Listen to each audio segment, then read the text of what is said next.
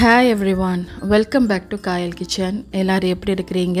எல்லாரும் ரொம்ப நல்லா இருப்பீங்க நம்புறேன். அல்ஹம்துலில்லாஹ் நாங்களுமே இங்க ரொம்ப நல்லா இருக்கோம். இன்னைக்கு நம்ம சேனல்ல ஒரு இன்ட்ரஸ்டிங்கான லஞ்ச் vlog தான் வந்து பார்க்க போறோம். சோ இந்த vlogல வந்து பீஃப் மந்தி ரெசிபி அப்புறம் அதோட சேர்த்து நிறைய சைட் டிஷ் ரெசிபீஸ்லாம் வந்து இருக்கு. சோ நிச்சயமா இந்த வீடியோ ரொம்ப இன்ட்ரஸ்டிங்கா இருக்கும். வீடியோ ஸ்கிப் பண்ணாம கடைசி வரைக்கும் பாருங்க. நம்ம சேனல்ல லஞ்ச் ரெசிபீஸ் வந்து ஷேர் பண்ணி கூட ரொம்ப நாள் ஆயிருச்சு. சோ நிச்சயமா இந்த வீடியோ உங்களுக்கு ரொம்ப யூஸ்ஃபுல்லா இருக்கும். இப்போ வாங்க வீடியோக்குள்ள போகலாம். நம்ம சேனல்ல ஏற்கனவே மந்தி ரெசிபீஸ் எல்லாம் நான் ஷேர் பண்ணி தான் இருக்கேன். வீட்லயே மசாலா வறுத்து அரைச்சு அந்த மாதிரியும் ஷேர் பண்ணியிருக்கேன். அப்புறம் ரெடிமேடாக வரக்கூடிய இந்த ஷான் மசாலா வச்சும் வந்து ரெசிபி ஷேர் பண்ணியிருக்கேன். பட் இது வந்து அந்த மெத்தட் கிடையாது. ரொம்ப சிம்பிளாக நம்ம வீட்டில் இருக்க ஒரு 2-3 பொருள் வச்சே இந்த மந்தி வந்து ரெடி பண்ணிடலாம். ரெசிபி காமிக்க முன்னாடியே நான் சொல்லிடுறேன். ரீசெண்டாக வந்து மாம்டாஸ்டிக் ஷம்ஷீரா வந்து அவங்க சேனலில் அந்த ரெசிபி வந்து ஷேர் பண்ணியிருந்தாங்க. ஸோ அதை பார்த்து தான் நானுமே ட்ரை பண்ணேன். பட் ட்ரை பண்ணுற வரைக்கும் கொஞ்சம் பயம் இருக்க தான் செஞ்சது. எந்த அளவுக்கு நல்லா வருமோன்னு கொஞ்சம் யோசனையாக தான் வந்து இருந்துச்சு. ஏன்னா ரொம்ப சிம்பிளான மசாலா வச்சு பண்ணியிருந்தாங்க. பொதுவாக இந்த மந்திக்கு வந்து மசாலா அரைக்கிறதுனாலே பட்டை, கிராம்பு, ஏலக்காய், மல்லி, சீரகம், அப்புறம் வந்துட்டு இந்த ஜாதி பத்திரி இதெல்லாம் போட்டு வறுத்து அரைச்சி தான் பண்ணுவாங்க. அதெல்லாம் எதுவுமே கிடையாது. ரொம்ப சிம்பிளாக இருந்துச்சு. ஆனாலும் வீடியோலேயே சொல்லியிருந்தாங்க ரொம்ப நல்லாயிருக்கும்னு. அவங்க ரெசிபிஸ் எல்லாம் நான் இதுக்கு முன்னாடி நிறைய ட்ரை பண்ணி தான் இருக்கேன். எப்போவுமே வந்து நல்லா தான் வரும், ஃபெயில் ஆகவே செய்யாது. ஸோ நான் வந்து சரியாக 1.5 கிலோ அளவுக்கு பீஃப் எடுத்திருக்கேன். எலும்போடு சேர்த்த பீஃப் தான் எடுத்திருக்கேன். இதுக்கு நீங்கள் இதே மெத்தடில் பீஃப், மட்டன், சிக்கன் எதில் வேணாலும் பண்ணிக்கலாம். இப்போ இதில் இந்த சிக்கன் க்யூப் வந்து சேர்த்துக்கணும். சரியாக ஒரு 4 பீஸ் வந்து சேர்த்துக்கிறேன். இந்த க்யூப் வந்து ரொம்ப மஸ்ட்டு. இதை சேர்த்தா தான் அந்த டேஸ்ட்டே வந்து உங்களுக்கு வந்து கிடைக்கும். இந்த சிக்கன் ஸ்டாக் வந்து கொஞ்சம் அதிகமாகவும் சேர்த்துக்கணும். நான் எடுத்திருக்க 1.5 கிலோ பீஃபுக்கு சரியாக 4 பீஸ் வந்து போட்டிருக்கேன். இப்போ இதில் சரியாக ஒரு 1 டீஸ்பூன் அளவுக்கு மிளகுத்தூள், அப்புறம் 1 டீஸ்பூன் அளவுக்கு சீரகத்தூள் வந்து சேர்த்துருக்கேன். இது போக சீரகம் இடிச்சும் வந்து சேர்த்துக்கணும். நான் வந்து ஒரு டேபிள் ஸ்பூன் அளவுக்கு சீரகம் வந்து சேர்த்துருக்கேன். கொஞ்சமாக தண்ணி சேர்த்துட்டு 1-2 வந்து இடித்து எடுத்துக்கணும். ரொம்ப பேஸ்ட்டாக அரைக்கணுங்கிற அவசியமே ஏற்கனவே பவுடர் சேர்த்து தான் வந்து இருக்கும். ஸோ இது வந்து கொரகொரப்பாக இருந்தாலே வந்து போதும். அப்புறம் நீங்கள் பீஃப் எடுத்தாலும் சரி, மட்டன் எடுத்தாலும் சரி, குக்கர்லேயே வந்து வேக வச்சுருங்க. அப்போ தான் அதோட ஸ்டாக் வந்து நமக்கு நல்லாவே வந்து கிடைக்கும். சிக்கனாக இருந்தால் வந்து பேனே போதும், ஈஸியாக வந்துடும். ஸோ இப்போ இதில் வந்து கொஞ்சம் நிறைய மல்லி இலை வந்து கட் பண்ணி போட்டுக்கிறேன். அதுக்காக ரொம்ப நிறைய இல்லை, பிரியாணிக்கு சேர்க்கிற மாதிரியெல்லாம் வந்து கிடையாது. உங்களுக்கு வீடியோவில் எந்த அளவுக்கு அளவு இருக்குன்னு வந்து தெரியும். ஸோ இப்போ இது எல்லாத்தையும் சேர்த்து நல்லா மிக்ஸ் பண்ணிக்க வேண்டியதான். அந்த சிக்கன் ஸ்டாக்கில் வந்து உப்பு இருக்கும். ஸோ தனியாக நான் வந்து உப்பு வந்து சேர்க்கலை. இது எல்லாத்தையும் போட்டு நல்லா வந்து கலந்து விட்டுருங்க. இதெல்லாம் வந்து மசாலா போட்டு ஊற வச்சு ஒரு 1/2 அன் ஹவர் ஊறி வந்தால் வந்து நல்லாயிருக்கும். பொதுவாக இந்த மாதிரி மந்திக்கு வந்து கட்டாயம் மசாலா அந்த கறியில் வந்து ஊறி வரணும். ஆனால் இதெல்லாம் வந்து சேர்த்த பிறகு தான் எனக்கு நினைவு வந்துச்சு, நான் வந்து கரம் மசாலா வந்து சேர்க்கலை. அதுவும் ஜஸ்ட் ஒரு டீஸ்பூன் அளவுக்கு வந்து சேர்த்துருக்கேன். இது வந்து ஷம்ஷீராவோட ரெசிபி தான். பட் நான் ஃபுல்லாக வந்து அவங்கள ஃபாலோ பண்ணலை. எப்போவுமே நம்ம ஒரு ரெசிபி பார்த்தோம்னா அதில் வந்து நம்ம ஐடியாஸும் வந்து சேர்ந்து தான் வந்து இருக்கும். ஸோ வந்து கொஞ்சம் மாற்றங்கள் வந்து பண்ணியிருக்கேன். மசாலா எல்லாமே அவங்க சொன்னது போல தான் சேர்த்துருக்கேன். அதில் எந்த மாற்றமும் இல்லை. பட் அவங்க வந்து மந்திக்கு தாளிக்கலை. பட் நான் ரொம்ப சிம்பிளாக தாளிச்சிருக்கேன். அது மட்டும் இல்லாமல் அவங்க வந்து ரைஸை தனியாக தான் வேக வச்சு சேர்த்தாங்க. பட் நான் அந்த மாதிரி பண்ணாமல் இந்த பீஃப் ஸ்டாக்கில் தான் வந்து ரைஸை வந்து வேக வச்சேன். பொதுவாக இந்த மந்தி வந்து கறி வேக வச்சு தண்ணியில் பண்ணால் தான் வந்து டேஸ்ட் நல்லாயிருக்கும். லேயர் பிரியாணி மாதிரி கறி தனியாக அப்புறம் ரைஸ் தனியாக போட்டோம்னா இந்த அளவுக்கு டேஸ்ட் இருக்கும்னு எனக்கு தெரியல. ஸோ நான் வந்து எனக்கு பிடிச்ச மெத்தட்லேயே வந்து ஃபாலோ பண்ணிக்கிட்டேன். ஸோ இப்போ வந்து நான் கறியை வேக வச்சுட்டேன். ஒரு 1/2 அன் ஹவரில் கறி வந்து நல்லா ஊறி வந்துடுச்சு. அதுக்கு பிறகு தேவைக்கு தண்ணி சேர்த்துட்டு குக்கரை மூடி ஒரு 10 விசில் வந்து போட்டு எடுத்துக்கிட்டேன். பீஃப் வந்து வேகிறதுக்கு கொஞ்சம் டைம் எடுக்கும்.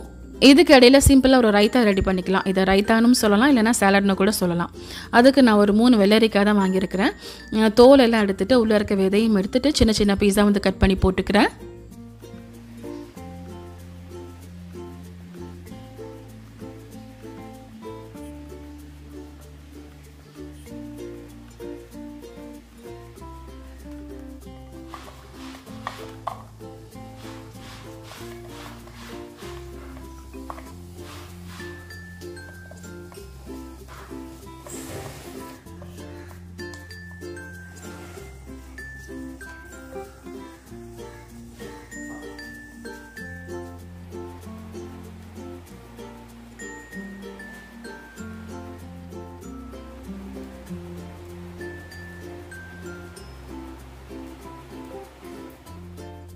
ஸோ ஒரு பவுலில் வந்து வெள்ளரிக்காயெல்லாம் சின்ன சின்ன பீஸாக கட் பண்ணி போட்டுக்கிட்டேன். இப்போ இதில் வந்து நிறைய புதினா வந்து சேர்த்துக்கணும். இதுக்கு வந்து மல்லி இலை தேவை கிடையாது, புதினா மட்டும் வந்து போதும். ஸோ அதில் உள்ள இலையெல்லாம் தனியாக எடுத்துகிட்டு நல்லா கழுவிட்டு கத்திரி வச்சு வந்து கட் பண்ணி போட்டுக்கிட்டேன்.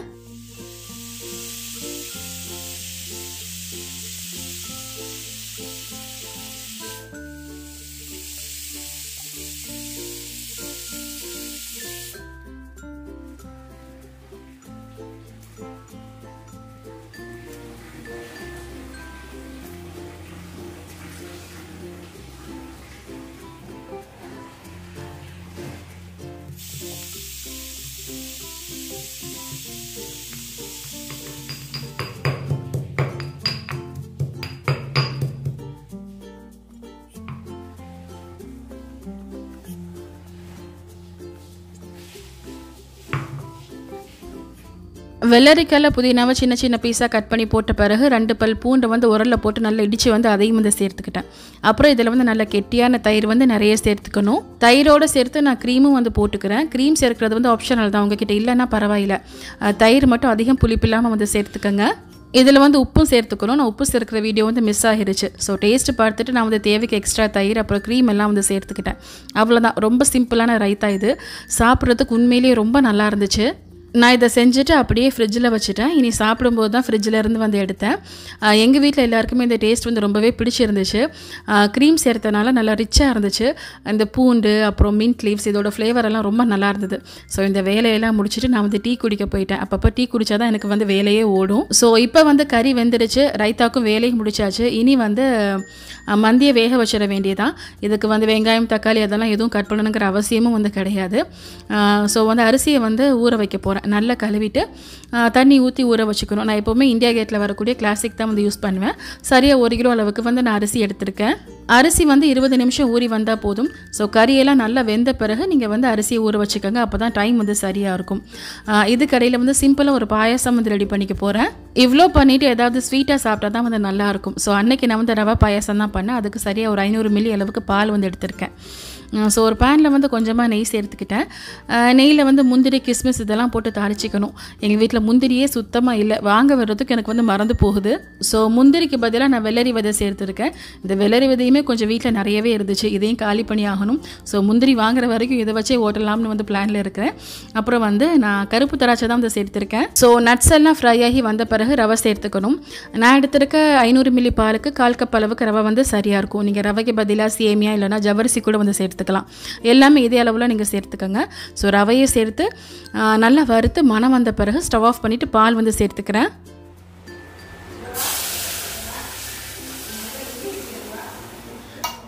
பாலை சேர்த்த பிறகு நல்லா காய்ச்சி விட்டுருங்க. ரவை சீக்கிரமாக வெந்து கெட்டியாகிரும். நான் எப்போவுமே இந்த மாதிரி பாயசம் வந்து பண்ணும்போது பால் மாவு வந்து சேர்த்துக்குவேன். அப்போ தான் டேஸ்ட் வந்து நல்லாயிருக்கும். பட் அன்றைக்கி நான் எடுத்த க்ரீம் வந்து மிச்சம் இருந்துச்சு. ஸோ நான் அதே இதில் வந்து சேர்த்துக்கிட்டேன். இந்த பால் மாவு க்ரீம் இதுக்கு பதிலாக நீங்கள் கண்டென்ஸ்டு மில்க் கூட வந்து சேர்த்துக்கலாம். அதுவுமே டேஸ்ட் வந்து ரொம்ப நல்லா தான் இருக்கும். ஸோ ஆல்மோஸ்ட் வந்து இந்த பாயசம் வந்து ரெடி ஆயிடுச்சு. ரொம்ப சிம்பிளாக வந்து பண்ணிட்டேன். இவ்வளோ ஹெவியாக சாப்பிடும்போது ஏதாவது இனிப்பாக சாப்பிட்டா தான் வந்து நல்லாயிருக்கும். ஸோ அதுக்காக வேண்டிய நான் அன்றைக்கி நான் பண்ணேன். ரவையெல்லாம் வெந்து வந்த பிறகு சீனி சேர்த்துக்கணும். இதுக்கு வந்து 1/4 கப் அளவுக்கு சீனி சேர்த்தா சரியாக இருக்கும். பட் நான் எப்போவுமே இனிப்பு வந்து ரொம்ப கம்மியாக தான் சேர்த்துக்குவேன். ஸோ 1/4 கப்பில் பாதி தான் நான் சேர்த்துருக்கேன். அப்புறம் நீங்கள் இதுக்கு வந்து ஏலக்காய் சேர்த்துக்கலாம். பட் நான் ஸ்டவ் ஆஃப் பண்ண பிறகு கியோரோ வாட்டரும் ரோஸ் வாட்டரும் வந்து சேர்த்துக்கிட்டேன். ஃப்ளேவர் எல்லாமே நம்ம இஷ்டம் தான், பட் அளவை மட்டும் ஃபாலோ பண்ணிக்கோங்க. 500 மில்லி பாலுக்கு வந்து 1/4 கப் அளவுக்கு ரவை சரியாக இருக்கும். பட் இது கூட இன்னுமே திக்காகி வரும். எப்போவுமே பாயசம் எல்லாம் அப்படி தான். கடைசியில் வந்து நம்ம தேவைக்கு பால் ஊற்றி வந்து டைல்யூட் பண்ணிக்க வேண்டியதான். ஸோ இப்போ வந்து கறி வெந்துருச்சு. கறியை மட்டும் தனியாக எடுத்து வச்சுக்க போகிறேன். அப்போ தான் நம்ம அந்த கறி வெந்த தண்ணி ப்ளஸ் எக்ஸ்ட்ரா தண்ணிலாம் சேர்த்து அளந்து ஊற்றிக்க முடியும். நான் எப்போவுமே வந்து 1 கப் ரைஸுக்கு 1.25 கப் அளவுக்கு தண்ணி வந்து சேர்த்துக்குவேன். பட் அன்றைக்கி சின்னதாக ஒரு மிஸ்டேக் வந்து பண்ணிட்டேன். நான் எப்போவுமே 3/4 கிலோ அரிசி தான் வந்து சேர்ப்பேன். ஸோ அந்த அரிசிக்கு ஏற்ற மாதிரி தான் நான் வந்து மசாலா எல்லாம் கறியில் வந்து சேர்த்துருந்தேன். பட் கடைசி டைமில் உமா சொன்னாங்க 1 கிலோ அரிசி ஃபுல்லாகவே சேர்த்துடுன்னு சொல்லிட்டாங்க. ஸோ மசாலா வந்து கொஞ்சம் கம்மியாக இருந்த மாதிரி தோணுச்சு. இருந்தாலும் டேஸ்ட்டெல்லாம் ரொம்ப பக்காவாக இருந்துச்சு. ஸோ நீங்கள் வந்து இந்த அளவில் பண்ணுறீங்கன்னா 3/4 கிலோ அரிசி வந்து சேர்த்துக்கங்க. உமா சொன்னதுமே நான் எக்ஸ்ட்ரா அரிசி வந்து சேர்த்துக்கிட்டேன். பட் திரும்ப மசாலா சேர்க்குறங்கிற எண்ணம் வந்து சுத்தமாக எனக்கு வரவே இல்லை. ஆனாலும் வந்து பிரச்சனையே இல்லை. டேஸ்ட் வந்து ரொம்ப பக்காவாக இருந்துச்சு. நம்பி நீங்கள் ட்ரை பண்ணலாம். ஸோ இதுக்கு இடையில் வந்து அன்றைக்கி எங்கள் வீட்டில் வந்து பே லீவ்ஸும் வந்து முடிஞ்சு போச்சு. ஸோ அக்காட்ட வந்து பக்கத்தில் வாங்க விட்டுருந்தேன். அதுக்கிடையில் நான் வந்து துக்கூஸும் வந்து ரெடி பண்ணிக்கிட்டேன். இந்த துக்கூஸ் பண்ணுறதும் ரொம்ப ஈஸி தான். அதுக்கு ஒரு மிக்ஸி ஜாரில் நல்லா பழுத்த தக்காளி 3 வந்து எடுத்துருக்கேன். அதில் ஒரு பல் பூண்டு, ஒரு பச்சை மிளகா, கொஞ்சம் நிறைய மல்லி இலை, தேவைக்கு உப்பு இதெல்லாம் சேர்த்து கொரப்பாக அரைச்சி எடுத்துக்கணும். ஸோ இந்த சைடில் மந்திக்கு தாளிச்சிக்கலாம். நான் அதுக்கு ஒரு பெரிய பேன் எடுத்திருக்கேன். இப்போ இந்த பேனில் ஒரு 5 டேபிள் ஸ்பூன் அளவுக்கு எண்ணெய் சேர்த்துட்டு ஒரு பெரிய பீஸ் பட்டை சேர்த்துருக்கேன். அடுத்து கொஞ்சம் நிறையவே மிளகு சேர்த்துருக்கேன். இந்த மந்தியில் வந்து மிளகு நிறைய சேர்த்தோம்னா பார்க்குறதுக்கே வந்து நல்லாயிருக்கும். ஸோ உங்களுக்கு ஏற்ற மாதிரி நீங்கள் வந்து சேர்த்துக்கோங்க. அடுத்து ஒரு 3-4 பே லீவ்ஸு, அப்புறம் ஒரு 3 ட்ரை லெமன் இதெல்லாம் வந்து போட்டுக்கிறேன். ஸோ அவ்வளோதான், ரொம்ப சிம்பிளான தாளிப்பு தான். இப்போ வந்து நாம் கறி வேக வச்சுருந்த தண்ணியை வந்து சேர்த்துக்கலாம். நான் கறி வேக வச்சுருந்த தண்ணி, அப்புறம் எக்ஸ்ட்ரா தண்ணி இதெல்லாம் சேர்த்துக்கிட்டேன். 1 கப் அரிசிக்கு வந்து 1.25 கப் அளவுக்கு தண்ணி சேர்த்துருக்கேன். எக்ஸ்ட்ரா வந்து உப்பு வந்து போட்டிருக்கேன். இந்த பீஃப் சூப் வந்து சாப்பிட்றதுக்கு அவ்வளோ நல்லா இருந்துச்சு. எனக்கு இப்போவே தெரிஞ்சிருச்சு இந்த ரைஸ் வந்து நல்லா வரும்னு. இன்னும் அவ்வளோ ஸ்மெல்லாக இருந்துச்சு. நம்ம வெறும் வந்து மிளகு, சீரகம் இதெல்லாம் தான் சேர்த்தோம். எந்த அளவுக்கு டேஸ்ட் இருக்குமோன்னு தெரியலையே நான் வந்து யோசித்தேன். பட் அந்த மாதிரியே இல்லை, டேஸ்ட் வந்து ரொம்ப பக்காவாக இருந்துச்சு. இப்போ ஆனம் நல்லா கொதிச்சு வந்த பிறகு நம்ம ஊற வச்சுருந்த அரிசியை வந்து சேர்த்துக்கலாம். இனி வந்து பிரியாணிக்கு பண்ணுற மாதிரி தான் தம் போட்டுக்க வேண்டிதான். நான் ஸ்லோ ஃபயரில் 10 நிமிஷம் வந்து தம் போட்டுக்குவேன். இப்போ வந்து இந்த துக்கூஸையும் வந்து ஒரு பவுலுக்கு வந்து மாற்றிக்கிட்டேன். கொஞ்சமாக தண்ணி வந்து எக்ஸ்ட்ரா சேர்த்துருக்கேன்.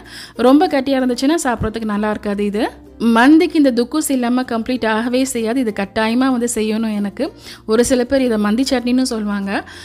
ஸோ அவ்வளோதான். இந்த சைடில் வந்து அரிசி ஆனம் எல்லாமே சமமாக வந்துருச்சு. இனி வந்து தம் போடுற வேலை தான். நான் எப்போவுமே தம் போடும்போது ஃபாயில் போட்டு கவர் பண்ணுவேன். பட் அப்போ தான் போய் செக் பண்ணுறேன், ஃபாயில் பேப்பரும் வந்து முடிஞ்சு போச்சு. பட் பிரச்சனை இல்லை, மேலே வந்து வெயிட் வச்சாலே வந்து போதும்.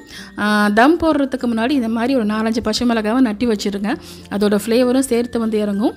இந்த பேன் வந்து அடிப்பிடிக்கவும் செய்யாது. ஸோ நான் கீழே தவாலாம் எதுவும் வைக்க மாட்டேன். நீங்கள் யூஸ் பண்ணுற பேன் வந்து அடிப்பிடிக்கும்னா தவா வந்து வச்சுக்கோங்க. ஸோ அவ்வளோதான். இதுக்கடையில் நான் சொன்ன மாதிரி இந்த பாயசம் வந்து நல்லா கெட்டியாகி வந்துடுச்சு. ஸோ நான் வந்து கொஞ்சமாக பால் சேர்த்து மிக்ஸ் பண்ணிக்கிட்டேன். நீங்கள் தண்ணி கூட வந்து ஊற்றி மிக்ஸ் பண்ணிக்கலாம்.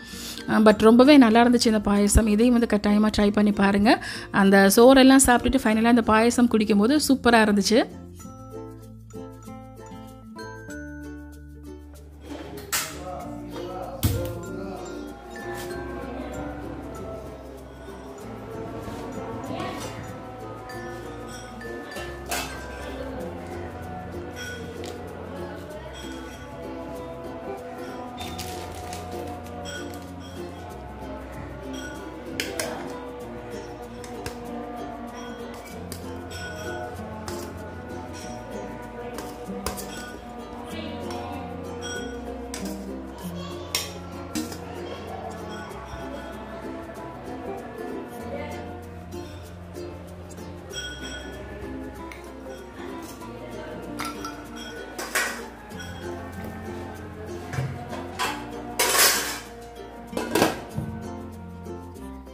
ஸோ நான் வந்து சரியாக 10 நிமிஷத்தில் வந்து ஸ்டவ் ஆஃப் பண்ணிவிட்டேன்.